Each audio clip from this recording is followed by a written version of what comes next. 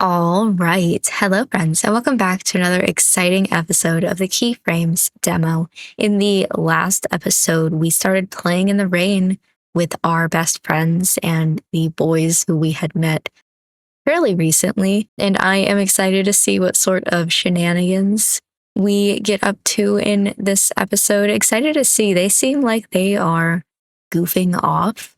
And I'm excited, I guess, to goof off with them. So let's hop into this episode and let's see what exactly we're going to be doing in the rain. It looks like everyone else was still enjoying their time out in the rain. Where to next? Oh my god, this is so much fun. So I can can I spend time with everybody? Or is it like I get two options and that's it? That being said, I did talk before about I want to know what the fuck Percy is doing because you're talking about artwork in the rain. I'm intrigued. Percy was standing a little ways uphill in front of a contraption set up on the sloped grass. Slung over the back of it was a sheet which trailed sadly in the rain like a drooping, soggy tail. He didn't turn around just yet, giving you plenty of time to observe the messy white letters painted across his back. Kick running from shoulder to shoulder, with a more compact me underneath. It was a little grade school, but the fact that he'd let it be painted on him at all was reassuring. Rather than actually kick him, you inched forward and snagged the back of his shoe under yours. I would have probably kicked him, but softly. Just like a little tap with my foot on his back. Percy turned his head, blinking at you owlishly with paintbrush and palette in hand. Yeah, why are you painting in the rain? After a beat, he shifted his weight and scuffed his foot free. What now, Einstein? Well, I could kick you, I guess. You're too nice for that. Yeah, that's fair. With a soft laugh, he turned to face you fully, and you clicked your tongue despite yourself. He was covered in rogue paint marks. How'd this even happen, Percy? What, is it that bad? Your mouth twitched as you eyed a painstakingly detailed bright blue dick painted on his right wrist. Well, yes. Give me some credit here. Am I not obviously doing my very best? He raised his hands in a effacing gesture, but all it did was put the aforementioned bright blue dick on even more obvious display. I think it's clear I didn't do this to myself. You could have with your other hand. So, how much of that paint actually made it onto your canvas? You rose onto tiptoes, peeking past him at the mottled easel. The soggy sheet draped over the back fluttered sadly in response, as if warning you to avert your eyes. Oh, it's a sorry sight, but don't let that stop you. Percy's chuckle had a dry, diffident edge to it, but he stepped aside, gesturing with a flourish for you to look upon his work. Oh, wow. Is that a good oh, wow, or That sure is. Go on. We'd love to hear your impressions. Really take it in. Okay, so it's bad. Disregarding the globs of paint literally falling off the wet canvas, you can make out just enough to call this a rough sketch of campus, okay? There was a degree of sincerity in how the trees and grass were painted, and you even made out some familiarish buildings on the horizon, as well as Godzilla locked in combat with a giant mecha.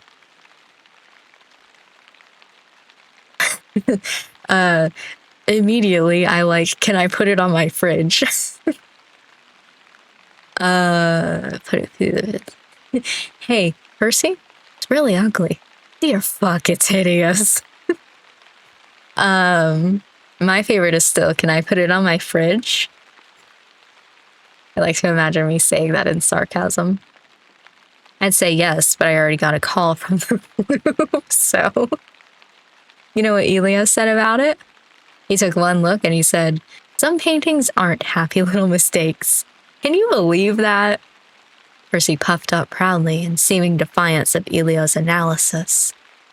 As if punctuating his enthusiasm, a trail of water-resistant sludge slid off the canvas and splattered to the ground.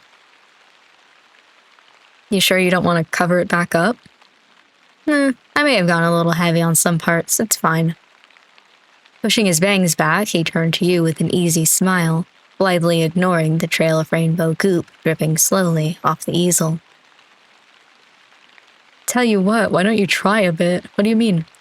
Try what? Painting. Add whatever you want. Huh? He pulled a spare brush from a pocket and handed it to you, presenting his palette like a tray.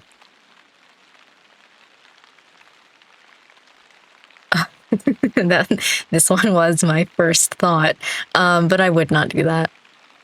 You just throw the whole palette at it.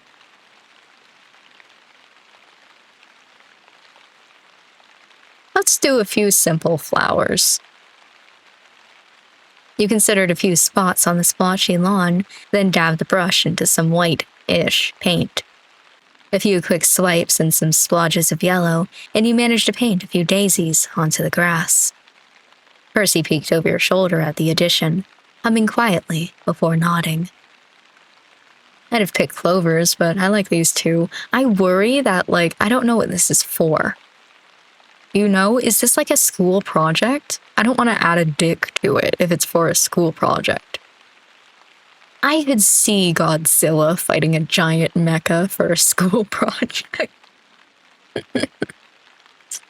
Reclaiming the palette from you, he stepped back up to the easel, his head tilting to one side. Also, I just don't want to mess with it if it's something he actually cares about. After a beat, he turned his gaze down to the colors still on his palette. Pushing a few cooler tones together, he tried using the flat of his brush to mix a new color. It was slow going thanks to the water everywhere, but he persevered, his voice low and thoughtful as he mused aloud. There's just one more thing. What is it? I know what it is. The canvas is done and I'm all painted over too. Oh no. You're the one missing some paint. Oh god, I had a feeling. I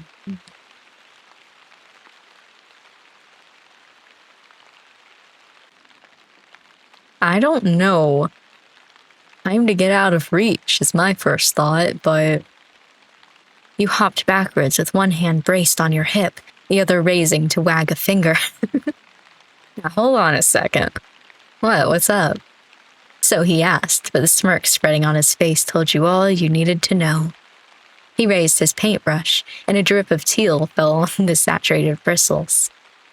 What exactly is up, Kit?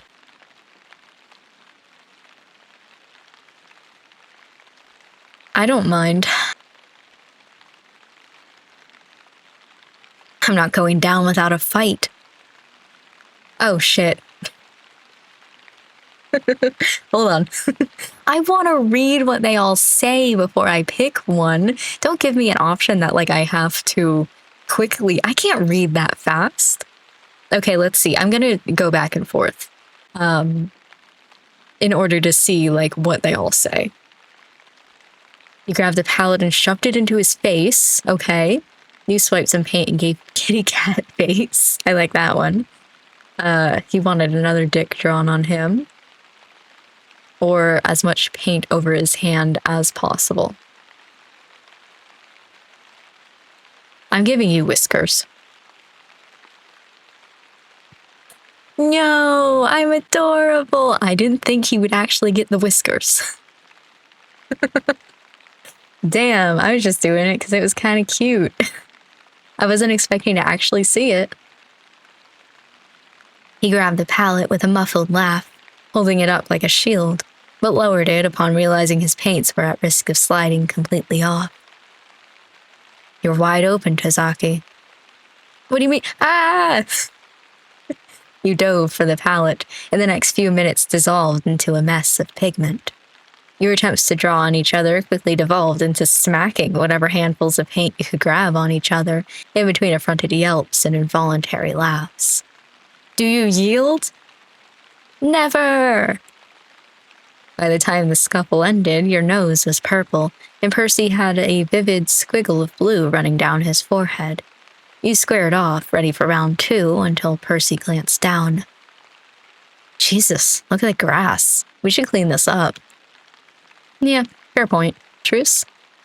Your rambunctious energy faded, and you traded your brush to him for a damp rag. While you picked up the larger drips of paint mixed into the mud, he piled up all his half-empty tubes of paint. I should have asked earlier, but were these paints expensive? Oh, yeah, my stepdad gave them to me. Let's not tell him how I decided to use them, yeah? You cleaned up what you could, but past that, you could only hope the rain would do its job. After rejoining Percy at the easel, the rest of your time was spent holding your hands fruitlessly over the canvas, shielding what you could as Percy finally got around to making his final addition. Miraculously, he had just enough tealish paint left to cover the bottom corner of the canvas. Flipping his brush around, he scratched out a negative space signature. Interesting. Oh, thanks. I'm included.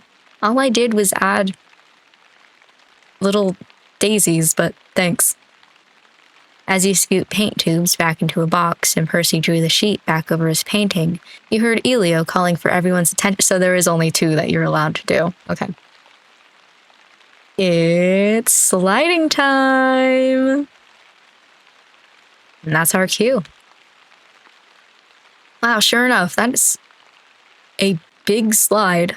And also, I guess I get it that like the end has a little area so you don't fly off, something to catch you, but I would almost kind of expect it to be backwards. That you start at the area that has the buffer. I don't know.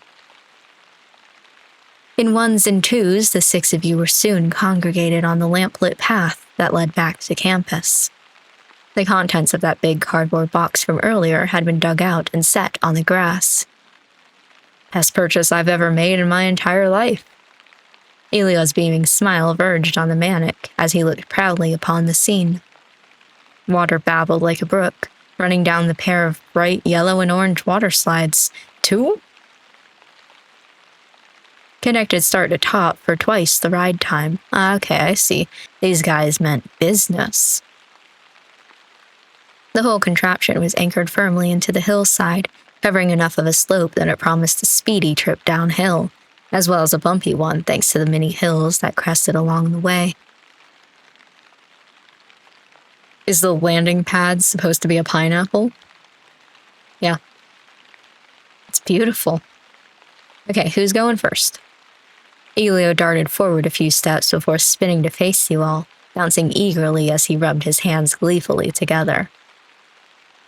You couldn't help but hold back for a second as you looked over the whole setup a second time. Water slides were infamously chaotic, even on the sunniest of days. I feel obligated to say we have done this before, as insane as that sounds. Miraculously, Jamie speaking up was more endorsement than you could have hoped for. It also unfortunately made him Elio's first target. Oh, well, if you insist, Jamie. I'm not insisting. Then I insist. Oh no, someone help. Perhaps Jamie's feet were dragging a little as Elio proceeded to cheerfully push him uphill. But Elio only laughed as Jamie's heels left a comical furrow in the mud. At the top, Jamie took the time to neatly remove his shoes and socks, setting them aside before inching closer to the slide's starting point. Already seated with his clogs flung off to who knew where, Elio stuck a hand up with a grin. Excitement aside, he helped Jamie sit delicately, without a spot of impatience. He's being so dainty about it. Oh, it's like Cinderella arriving at the ball. Tally-ho! Oh no, there they go. Any illusions of regal grace shattered as Elio yanked Jamie down the slide. Even from this distance, you could hear 3 things: a whoop, a rare yelp, and a hideous squeak of wet nylon. The 2 of them pelted down the slide in a rush of water and limbs, forcing the slide to bounce slightly off the ground until they slammed down into the landing pad, setting up a splatter of mud. And that's how it's done, right? Right. Hey, I've got room up here, Kit. Somehow, in the intervening seconds, Percy had gone all the way up to the starting line himself. He waved vigorously across the distance, gesturing for you to join him.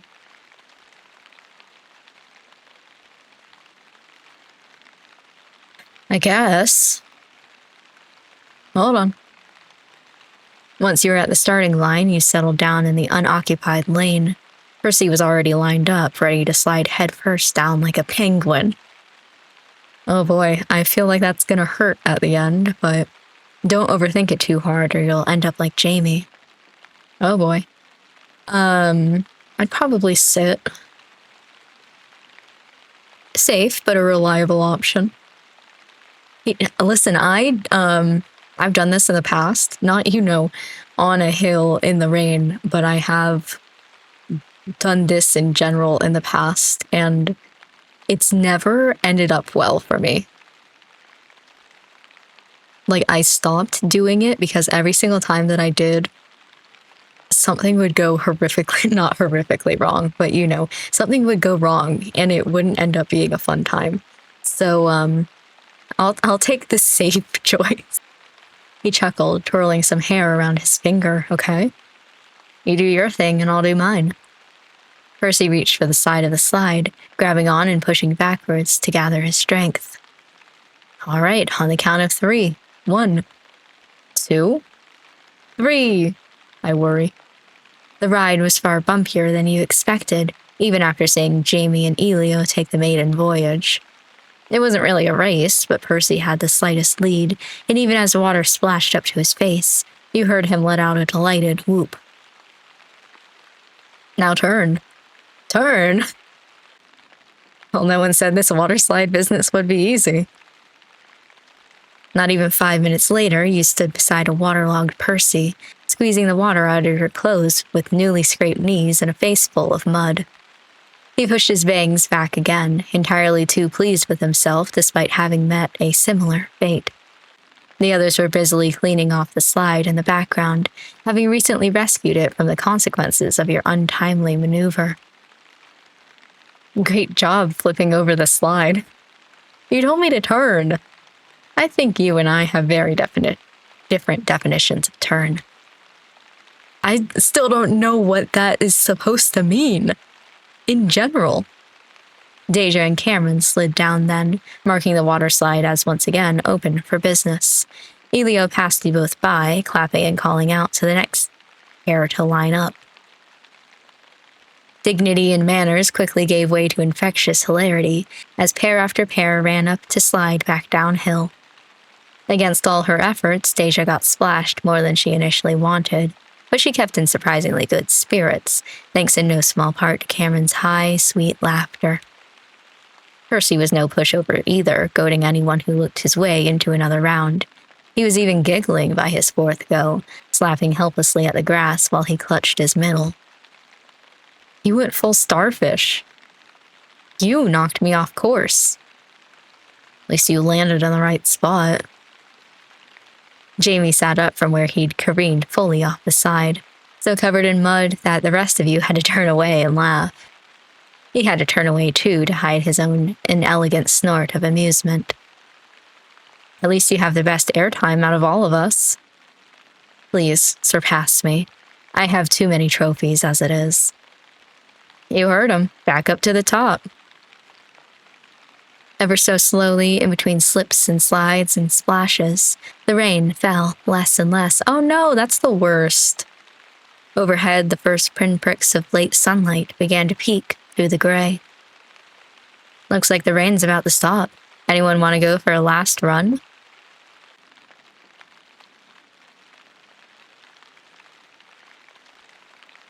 Or the experience? I want to turn.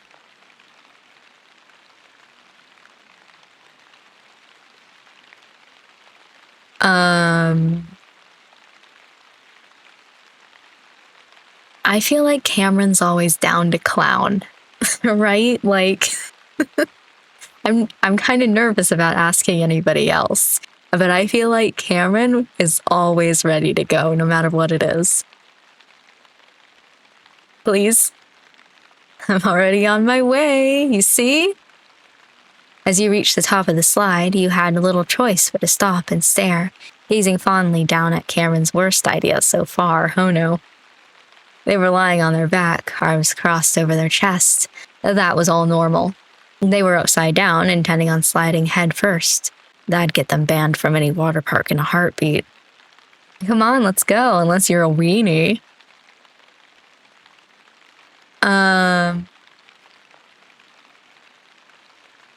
You made whatever animal sounds came to mind as you launched. What the hell? I would not do that. Listen, I've had bad experiences doing that in real life. It wasn't the style of your descent that mattered, it was the certainty that you'd make it down in the first place. Without further ado, you lowered yourself down to sit right on the edge of the slide, with your legs together and your feet pointing in front of you. Cameron tipped their head to the side, hair soaked through by the rain. They winked and blew a kiss, then stuck one hand up, leaving the other crossed over their front.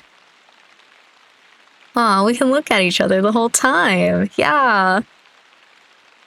Take my hand. Look into my eyes, Kit. Sleeping Beauty, is that you? It's me. I mean...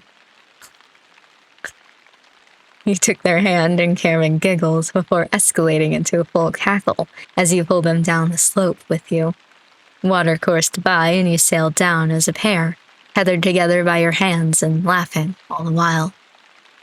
One by one, you crashed into the landing zone, sending up a secondary wave that sloshed out onto the grass. An interesting approach, 9 out of 10. What's the missing point for? Motivation. Next time, Kit, we've got to do some synchronized dance moves. Damn. And that's a wrap, everyone. Elio clapped his hands together once for emphasis, grinning despite the apologetic smile on his face. As if on cue, the rain lessened almost instantly, until it was a mere drizzle overhead. It had to be late afternoon by now, at least. As you looked up to check how many clouds still lingered in the sky, you heard Cameron erupt into a series of abrupt sneezes behind you. Oh no. Bless you. I could use some soup right now. I'm freezing. Good news. We still have some at the apartment.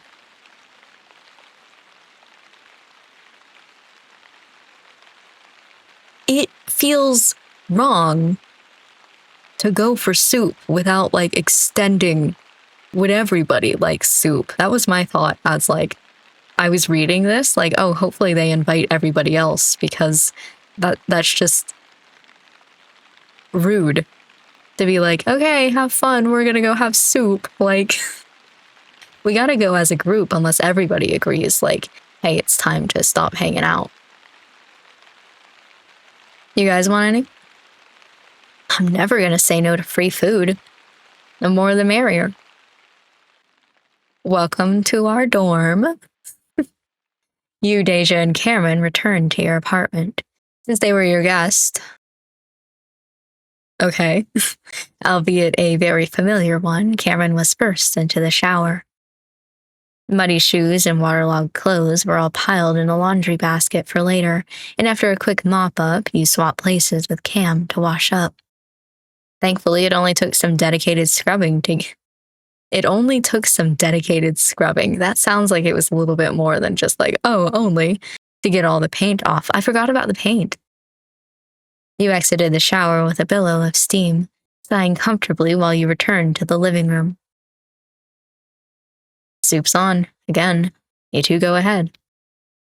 Right after Deja disappeared to her own shower, a knock came at the door, and in came Percy, Elio, and Jamie, all toweled off and bearing an assortment of snacks. That's nice, grabbed from their own house.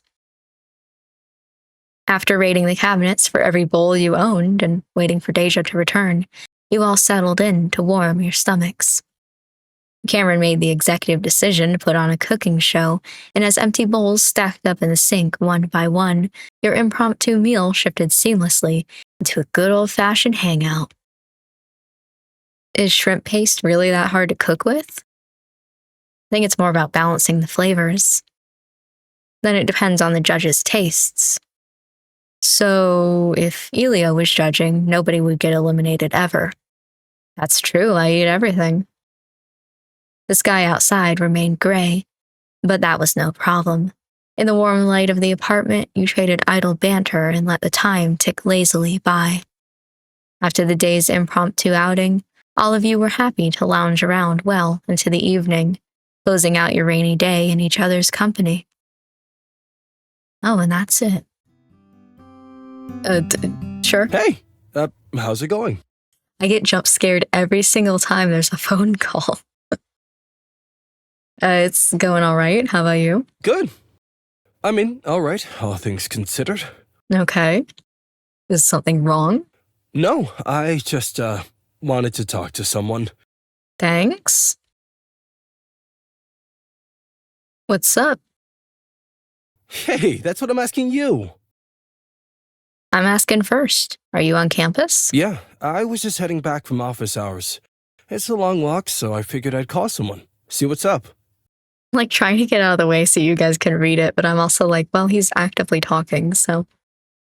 Percy and Jamie aren't around? Actually, they were both still asleep when I got up. I think there are classes by now, though. Oh, you're not busy, are you? Heading to class or anything? No, I'm just working on some notes. Oh, you don't have to talk if you're busy. I do. It's fine, just final season, you know? Yeah. Not sure if you're the type to use flashcards, but that usually helps me out a lot. Kind of, but I can't use flashcards by myself. I don't know why, it just doesn't work. I need somebody to show the flashcards to me, or I'm just not motivated. But then, like, if they're not studying the same thing as me, I kind of feel bad asking, hey, can you throw some flashcards at me? I have to have someone around to quiz me on them, or else I flipped the card too early. No, I'm the opposite. I'll just put them back down. But yeah, I need to have someone around to quiz me on them. Oh my god, we could group up and study together. Sure, that'd be great. I can go check with Jamie and Perce too.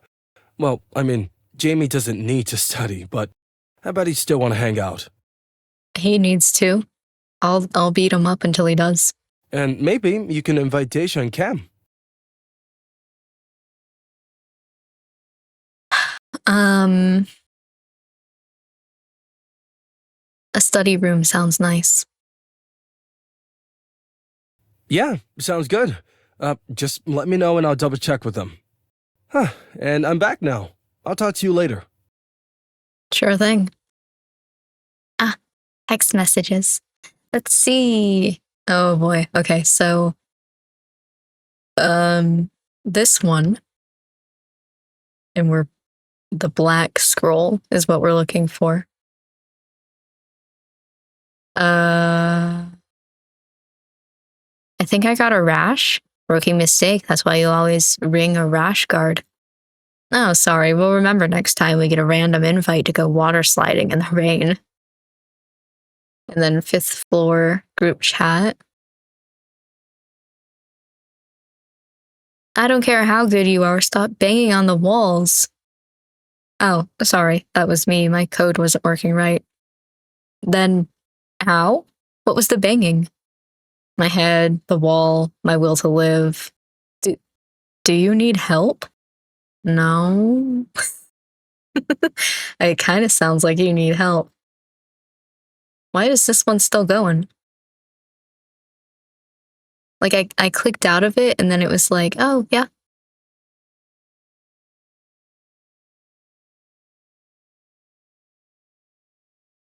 Huh.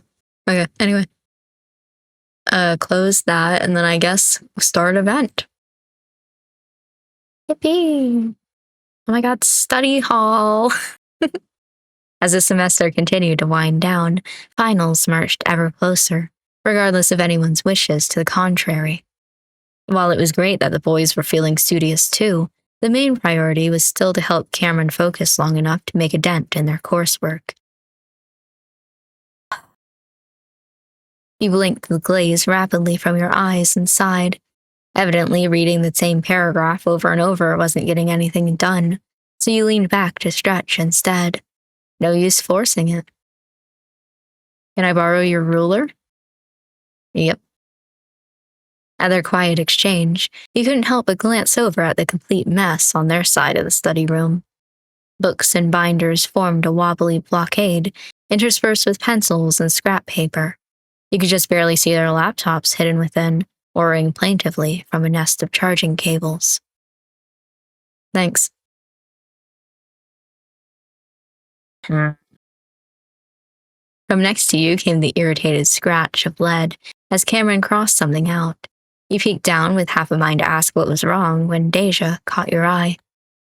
Raising a hand as if to adjust her lone earbud, she instead touched a finger to her lips, signaling you to let them keep trying.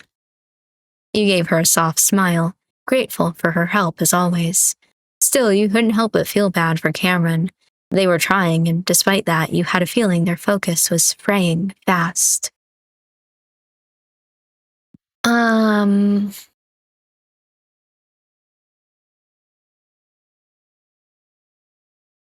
You doodled something encouraging on Cam's paper? That sounds cute, right? Reaching for a pencil, you leaned over to commandeer a bit of Cameron's scratch paper. Quickly, you drew a small, round hamster, with one paw stuck out in a thumbs up. Shoulders relaxing a bit, they added a pair of very cool sunglasses to your doodle, then scribbled underneath, "Thanks." You shifted back to your corner of the table, trying not to distract them too much, when a new doodle slid onto your papers, depicting a cheerful round duck, waving a thumbs-up flag. To your right, Percy surreptitiously turned back to his assignment.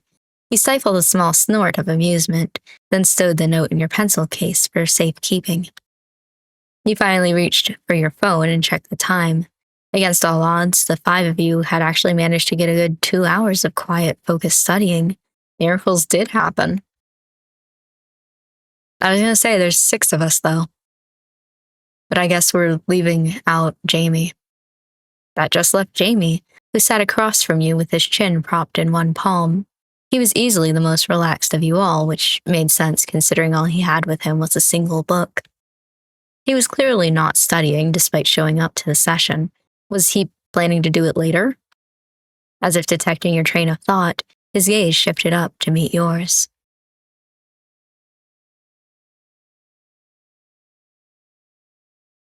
What's up? Is something wrong? I was trying to have a silent conversation, but it's okay. He broke the silence easily and without remorse, holding her eyes steadily. Staring at him like this, you couldn't miss the faint crease of annoyance in his brow. No, it's nothing. Breaking the tension with a dramatic groan, Cameron collapsed as if exhausted into your side. All done? All done. With this page, I don't want to think about what's left. Well, the good news is you got these right. Sliding their paper back over to them, Deja gave everyone at the table an appraising look.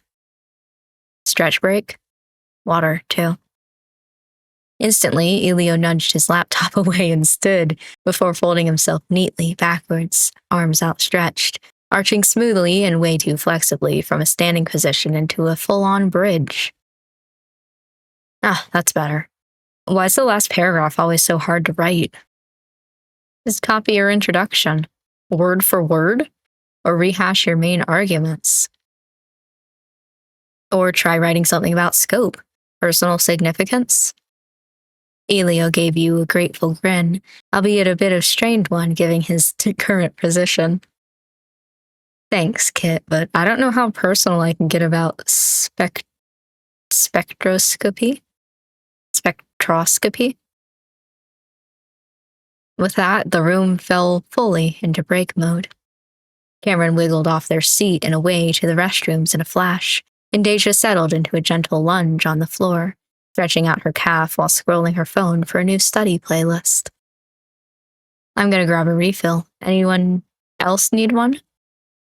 If you don't mind. Scooping up their empty water bottles, Elio stepped towards the door as well. Percy seemed disinclined to follow for once, still marking something down on his papers. Jamie, of course, was still reading, though you caught him indulging in a subtle, cat-like arch of his spine out of the corner of your eye.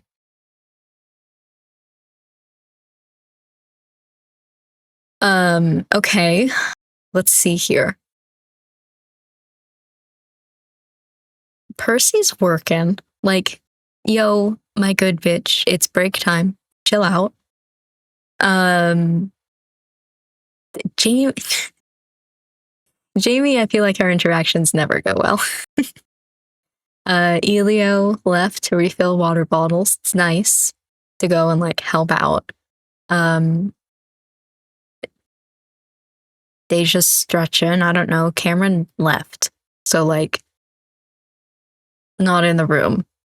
Cameron and Elio technically left, but like Elio, it seems more normal to like go and check on him versus Cameron's like, they can do their business by themselves, I believe. Heck it, though, my first thought is, upon reading the rest of it, is, yo, quit working. We're on break time. What was he doing over there, still scribbling away like that? You slid out of your seat and rounded the corner of the study table, intent on taking a peek. Quit working. Kick him in the shins. He didn't notice you right away as you approached, slouched over his notes with his head propped lazily in one hand. Standing this close, you could hear the pattern of his pencil's movements now, and you were pretty sure he was drawing something. Well then, okay, you may continue. He shifted to sit upright, smoothly covering his paper with an arm as he turned to you, not out of uncertainty or shame, but with the casual finesse of someone preserving their personal space. Damn. What's up, Kit? Well, if you weren't curious before, you were now. What are you doing? Just doodling. His eyes flicked back down, then up to you. He seemed to be deliberating before he sat back and moved his arm away. Ooh. Hello? Actually, I was drawing you. Thanks. Really? Then your face scrunched with confusion.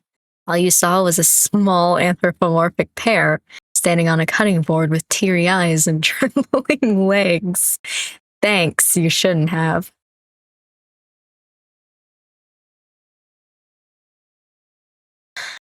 I have no idea. What are my honest thoughts on the doodle?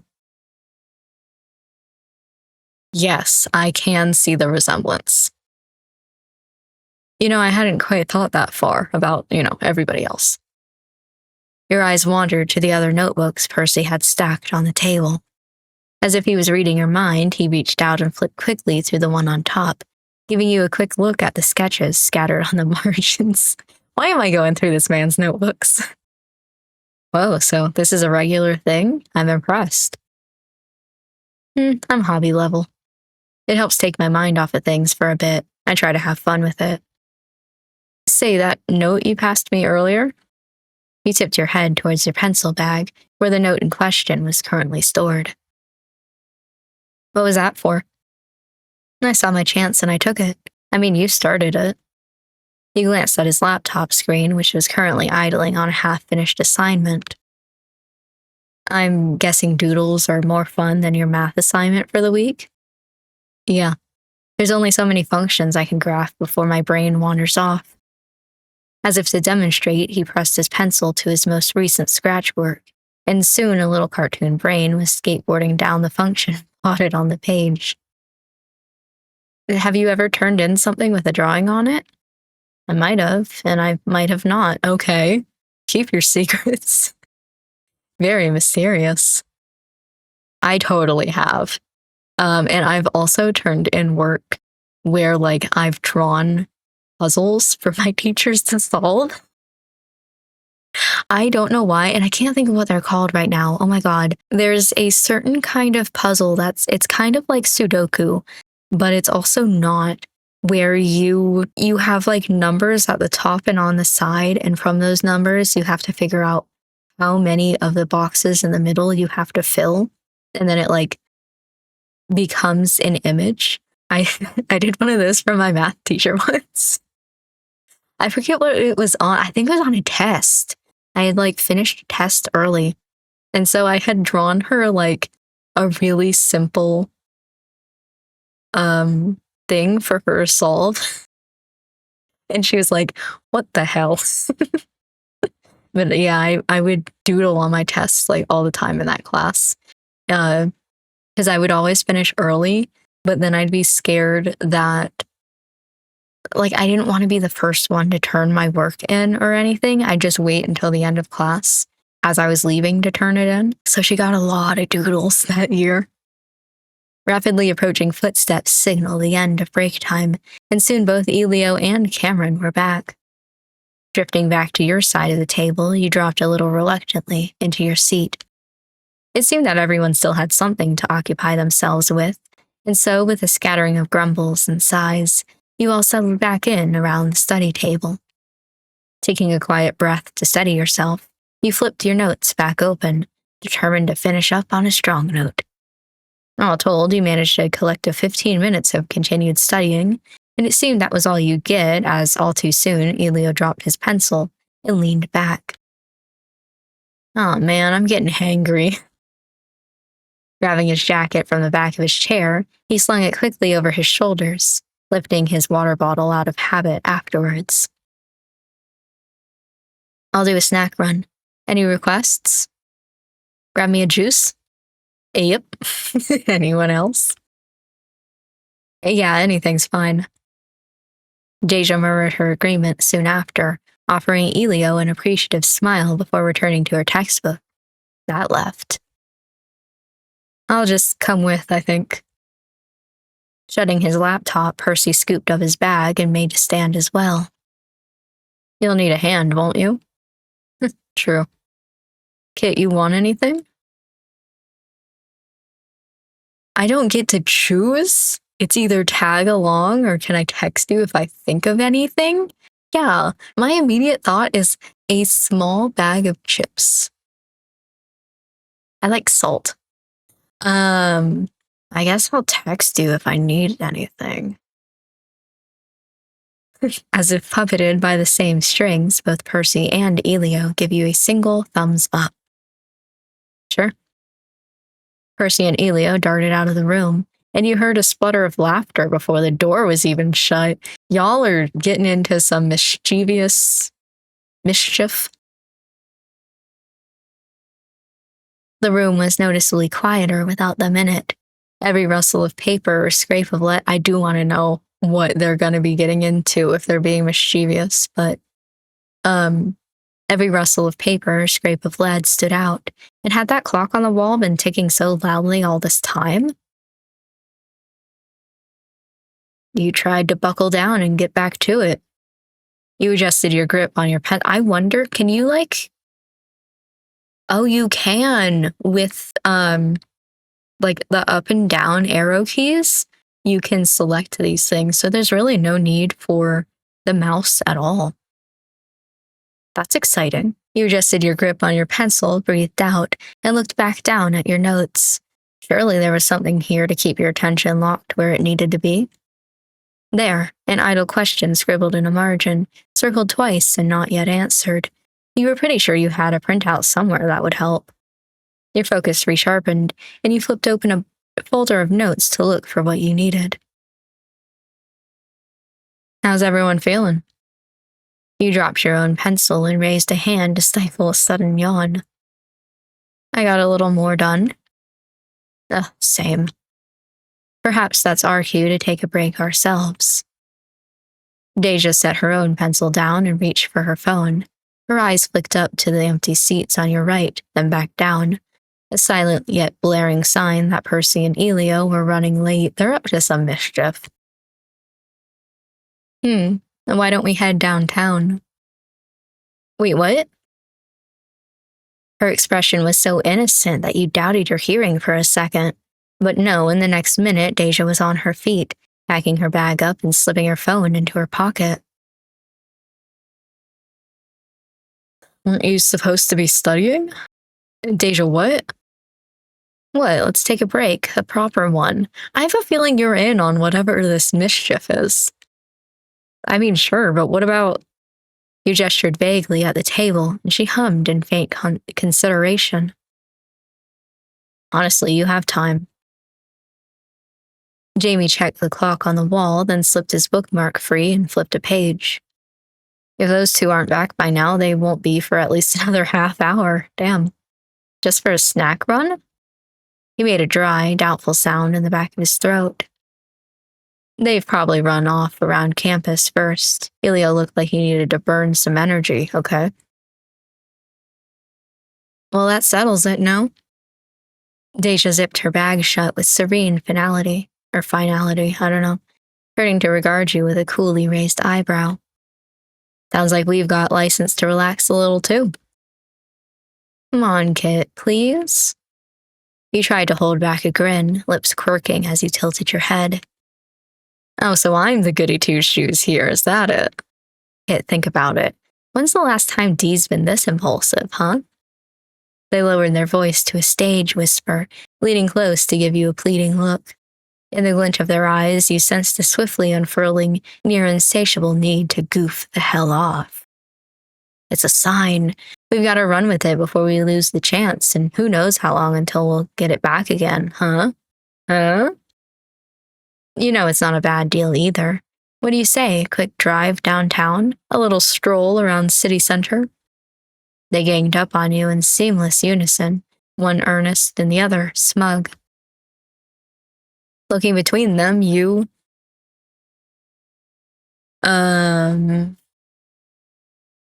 gave in reluctantly. Okay, but if Percy and Elio get mad, I'm blaming you two. I just liked the reluctantly part of it. You know what they say, action first, forgiveness later. You grabbed the essentials out of your bag and stood. The study room had a digital lock, so as long as you were back before your reservation expired, everyone's things would be safe. Ready? Yes'm. Jamie, you coming? Lined up like a pair of baby bears behind their mother, you and Cam turned to Jamie, who looked up from his seat, blinking as he heard his name. Me? Yeah, you. Oh, there was more to that. Come on, take a break. Did you think you weren't in on the invite? There were a few people on campus who could get away with making puppy eyes at Jamie Porter, and Cameron was one of them. Jamie could do little but stall for time. I've been on break, reading. You knew a lighter touch was preferable here, if any at all. Bracing a shoulder lightly against the doorframe, you tilted your head in a gesture for him to come along. No need to stand on manners, let's hang out. After a subtle glance in Deja and Cameron's direction, Jamie nodded slowly, setting his book down. Well, all right. Excellent. Now shall we? After locking up, the four of you headed down and out the building's back exit. Cameron's van was parked a blessedly short distance away. Every single time I see the inside of this van, and this time I kind of knew to prepare for it, but still, oh my god. Deja took the seat up front, and you and Jamie took the middle seats. As Cam started the engine, you propped an elbow against the window and let your gaze wander.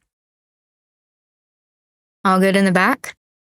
This time of year, the car was just warm enough for comfort, without requiring the AC to blast at full force. You gave them a helpful thumbs up via the rear view. All good. Jamie? I'm fine, thank you. They nodded, turning the motion more into a bobbing back and forth dance as the car playlist, provided by Deja, naturally, transitioned to something more upbeat. Sweet. Hey, Dee, what'd you have in mind once we get there anyway? Good question. Jamie, any preference?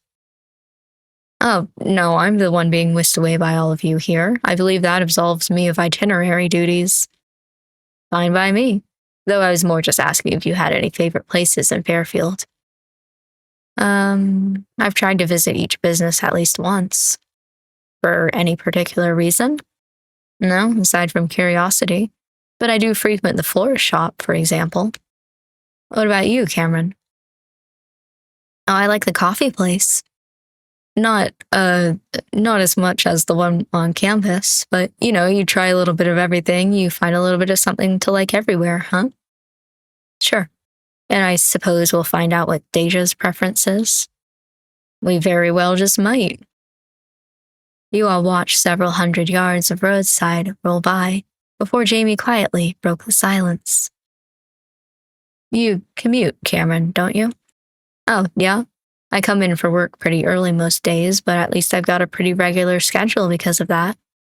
Do you find it difficult? Commuting? No, I don't mind it. I mean, I like driving, for one. Best designated driver you'll ever have, hands down. Deja chimed in calmly, throwing a quick peace sign up before returning both hands to her phone. Yes, lucky you. But, yeah, I don't know. Home's not that far, and if I'm really in a tight spot, I can stay with Kit and Dee for a night. Jamie hummed, then turned his stare on the landscape passing by outside. Though he'd broken eye contact, he didn't look disinterested, just like he was processing his thoughts instead. I see. Oh, turn here. Turnin', beep beep. Downtown Fairfield was a little too far from campus on foot, but the colorful, small-town vibe drew visitors every day regardless. As storefronts rolled into view, he sat forward in anticipation. This time of the year was just about when businesses started moving their displays back outside. He spotted a few signs and racks out for perusal, and hanging flower pots swayed in a gentle breeze. Over there. Yep. Another reason Deja was almost always on shotgun. She had a gift for finding an open parking. Eagle-eyed, despite the way she lounged in her seat, he pointed out a spot within a minute. A crunch of gravel, a cough of the engine, then the cheerful beep of the side door as Cam hit the button to slide it open. All right, kids, let's roll. Deja led the way, checking her phone a few times before raising her head to admire the distant storefronts. You weren't too far behind. You weren't not too far behind. So I was far behind? With Cameron and Jamie on your heels. Where to first? Hold up, Kit, freeze. You stopped mid-stride, arms and legs hanging perfectly still, but you dared to look back, seeing Cameron pointing down at the sidewalk. Step on a crack, break your mother's back? Hello? Hands held up at your sides for balance, you cover the next few squares of sidewalk in a hopping, dancing gait, landing in the center of each square as you alternated between your right and left foot. How's that? 10 out of 10. They gave you a delighted double thumbs up, then leaped forward. In a few bounds, it became apparent they intended to join you on your little patch of sidewalk. You braced yourself just in time as they overbalanced, catching their shoulder with one hand and rocking back onto your heels with an oomph. Whoa there. Oh, thanks. Fine. Points for creativity. Come on, where's your style, you two? Deja chuckled from up ahead, hands hooking behind her back as she spun to face you. Primly, she hopped in a zigzag, adding an extra hop on each foot so she flitted like a moth along the sidewalk. Stopping one square away from you and Cameron, she landed on both feet with her heels together and her toes pointed outwards in a simple first position.